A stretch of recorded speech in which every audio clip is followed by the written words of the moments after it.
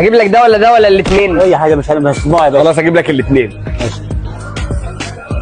جبنا الرز. رز. طابع لانشون اهو. ده لانشون.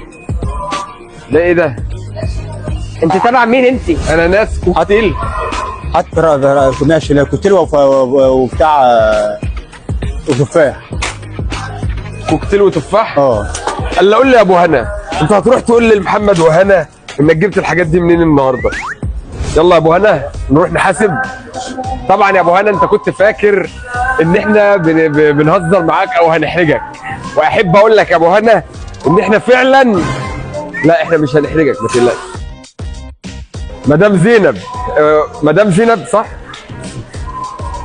خايف بس اكون غلطان في الاسم او تكوني مش مدام تبقى نصيبه.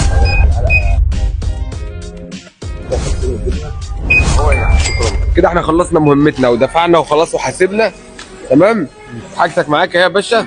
تمام؟ خدها وروح، وانا هاخد حاجتي ورجالتي وهخلع عنها.